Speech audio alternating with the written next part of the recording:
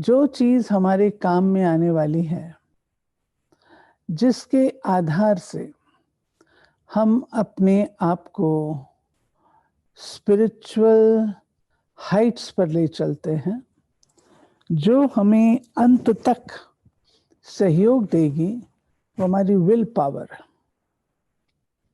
Will power कहो, मनोबल कहो, आत्मबल कहो, एक ही चीज है। बाबा ने 69 अव्यक्त होने से तुरंत बाद समय पर समय जो मुरलियां चलाई, उसमें बाबा ने हमें मनसा सेवा के बारे में बताया।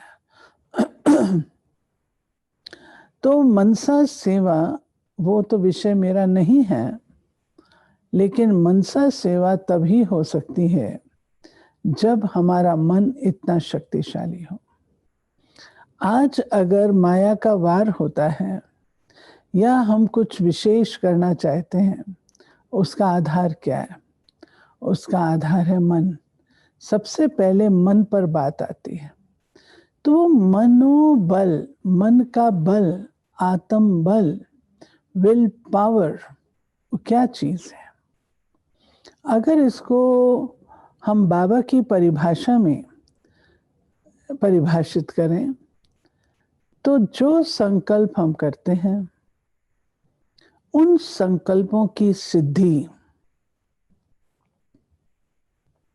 कोई भी संकल्प किया उसकी सिद्धि हो, सफल हो, और वो संकल्प हमारे जब चाहे, जहां चाहे, जितनी देर के लिए चाहे, हम उनमें स्थित रह सकें, वो है हमारा संकल्प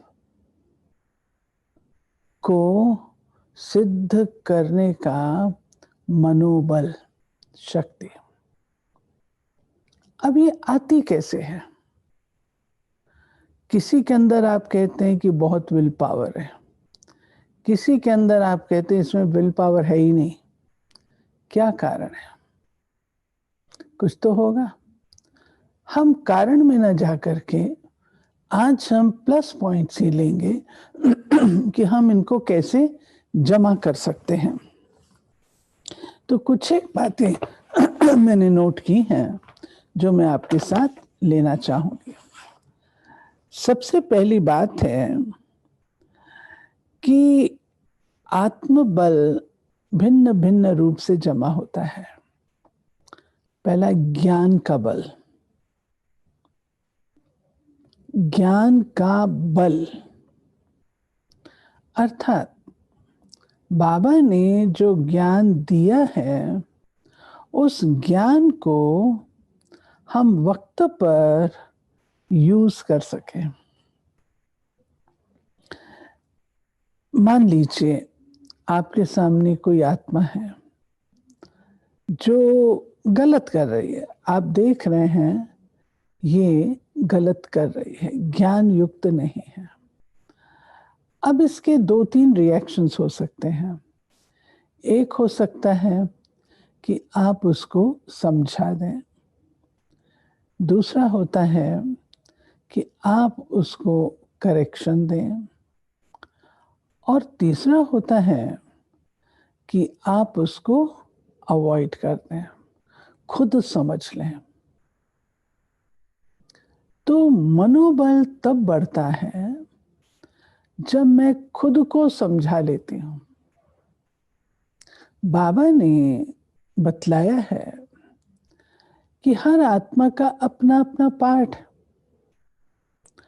और वो अपना पार्ट बजा रही है, और अगर मैं उसको समझाती हूं, वो नहीं समझता है, तो मैंने खुद को डिस्टर्ब तो नहीं करना, ये उसका पार्ट है।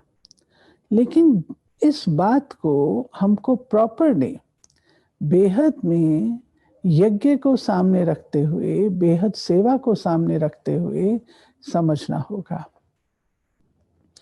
अन्यथा कई बार ऐसा अर्थ ले लेते हैं कि ठीक है, उसको जो करना है करता रहे, अपना क्या जाता है। ये मनोबल की बात नहीं है।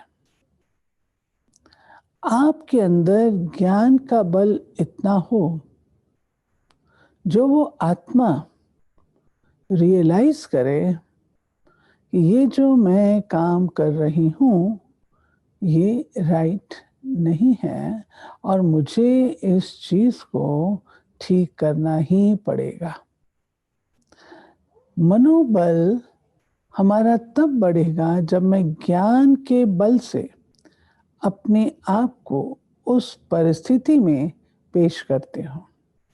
ज्ञान को यूज करना, आज भी बाबा की मुरली थी, ज्ञान को यूज करना। ज्ञान थियरी नहीं है हमारा, ज्ञान प्रैक्टिकल है और प्रैक्टिकल ज्ञान यूज करने के लिए है। तो ज्ञान को हमें यूज करना है जिससे हमारा मनोबल बढ़ेगा, क्योंकि आप ज्ञानवान बनते जाएंगे। और मान लीजिए कोई व्यक्ति झूठ बोल रहा है, ज्यादातर यही बातें आती है हमारे सामने कि व्यक्ति झूठ बोल रहा है। झूठ बोल रहा है तो आप क्या करो, झूठ का फल उसको ही मिलेगा ना। आप न्यारे हो जाओ, जहां तक हो सके आप न्यारे हो जाओ। आपके न्यारे होने से आपके अंदर जो ज्ञान का बल है वो काम करेगा कि ये आत्मा अपने ऊपर ही बोझ चढ़ा रही है। और बार बार अगर हम उससे पूछेंगे और वो बार बार झूठ बोलेगा तो वो अपने ऊपर बोझ चढ़ाएगा, तो उस आत्मा को मुझे बोझिल भी नहीं करना। वो अपने ही बोझ से झुकी हुई है, तो मुझे उसे ज्यादा बोझिल नहीं करना है। ये ज्ञान की समझ है। बाबा, ब्रह्मा बाबा ने यही सिखाया कि मानो कोई आत्मा का आपको पता है कि ये गड़बड़ कर रही है, आपको पता है, परंतु आप उसको कहते हो बाबा के आगे वो झूठ बोल रहा है, तो बाबा शांत हो जाते थे, बाबा कुछ नहीं बोलता था, क्योंकि बाबा पूछ करके बारंबार कहता था एक तो ये झूठ बोल रही है, ऊपर से झूठ बोल करके अपने पर और बोझ चढ़ा रही है। तो इसलिए बाबा बच्चों को बोझ से झुकने नहीं देना चाहता। अब इसमें मनोबल क्या है, ज्ञान बल क्या है? ज्ञान का बल आने से हमारे अंदर वो ताकत आती है जिससे हम गलत बात, उसका फल आप ही मिलेगा। मुझे उसका फल देने की जरूरत नहीं है, लॉ अपने हाथ में उठाने की जरूरत नहीं है, उसको अपने आप मिलेगा। लेकिन उस चीज को हजम करने की शक्ति भी तो चाहिए ना। वो शक्ति मेरे अंदर आएगी ज्ञान के बल से।